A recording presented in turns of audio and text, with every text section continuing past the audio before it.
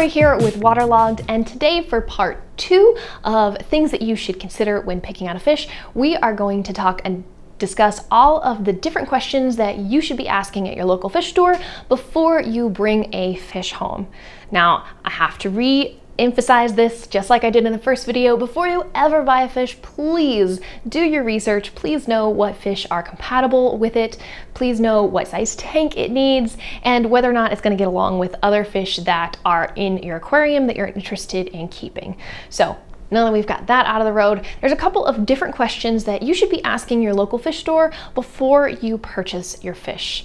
Now, the first one, I always like to ask if there are any captive bred fish that are available. Now, the captive bred fish that you might be able to find in your local fish store, there aren't a huge variety of captive bred fish, but that number is slowly growing. And at any time that you can purchase a captive bred fish, I highly recommend it. Captive bred fish are going to be a lot hardier, they're going to be healthier. Most of the time they're already going to be eating, so that's one less thing that you have to worry about when it comes to adding a new fish to the tank. So ask if captive bred is an option for the fish that you're looking for, and if it is, maybe see if you can purchase one of those. Now, the next thing you should be asking is, if you've already picked out the fish, you know that this is the one you want, ask them if it's eating.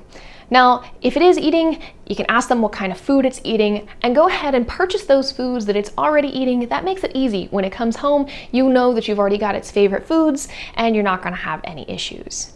Now, something that you can do for fish that are picky eaters, butterflies, for example, can be picky fish sometimes, is you can actually ask your local fish store if you can see the fish eat.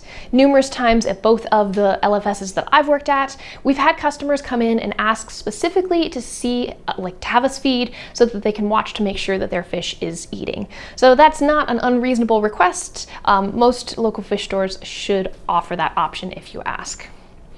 Next thing that maybe you should consider asking is how long the fish has been there. In the last video, we talked about different physical signs that you should look for and behavioral characteristics, and behaviors especially can change if a fish is under stress. So asking how long a fish has been there, if the store got a shipment in that morning and the fish has only been there for a few hours, it might still be being stressed. It might be like those puffers that curl up in the corner or some of the other fish that huddle and hide. And you won't know that unless you ask. On the other end of that spectrum, how long the fish has been there, if it's been there a week, if it's looking healthy and good, that's a good sign. Or other times I've known people to purchase fish and bring them back because they're supposed to be a peaceful fish and the fish are terrorizing other fish in the tank, so they come back to the local fish store, and that's a reason why the fish has been there for a while. So go ahead, don't be afraid to ask questions at your store. A lot of times the employees that work there care a lot about the fish and they're fairly observant, so they might even be able to tell you a little bit about the individual fish that you are interested in purchasing. Next thing that you should be asking is what salinity the fish are being kept at. It doesn't make a huge difference and you don't have to ask this, but this is helpful for you to know when you are bringing the fish home and you're acclimating them to your tank. Sometimes stores keep the salinity a little bit lower. This helps to reduce the pest and parasite load on fish.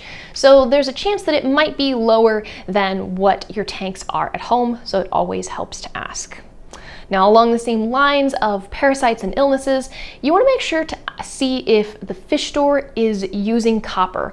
A lot of times copper is used as a treatment or even sometimes as a preventative to make sure that fish aren't showing signs of illness or parasites, and it is run at a low dose in the aquariums. And so while the fish are in there being treated with copper, they look totally fine, but you might get them home to your tank and find that they have all sorts of issues because you're not running copper in your tank. So definitely a question that you should make sure to ask. Now, along the same lines as parasites is quarantine. Personally, I always recommend for people to go ahead and quarantine their fish, no matter if they've already been quarantined, if they were in an established tank and they've been healthy their whole lives. It's just going to save you some trouble on the back end to know that the fish is quarantined and is healthy before going into your display tank. Now, local fish stores might have different methods of quarantining their fish. They might be quarantined in a separate facility.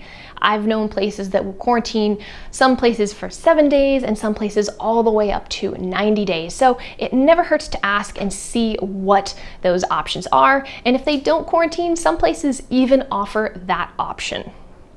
Now, one of the last things I recommend for you to look for is ask if all of the systems are tied in together. Now, this doesn't happen at every local fish store, but a lot of fish stores and even some of the bigger chains, it's not just one tank, it's multiple tanks that are tied in together in one system.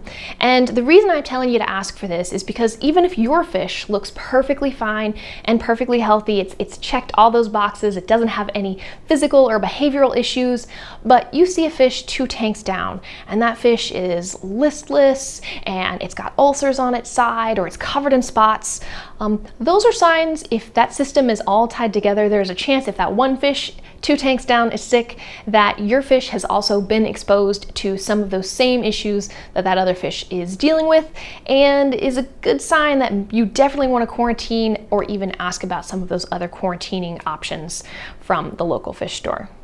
All right, these are all of the different questions that I consider asking when I go to purchase a new fish, but I'm curious to know if you have any other must-ask questions that are on your list before buying a new fish. Please leave a comment below and let me know what your thoughts are. As always, thank you so much for watching my videos.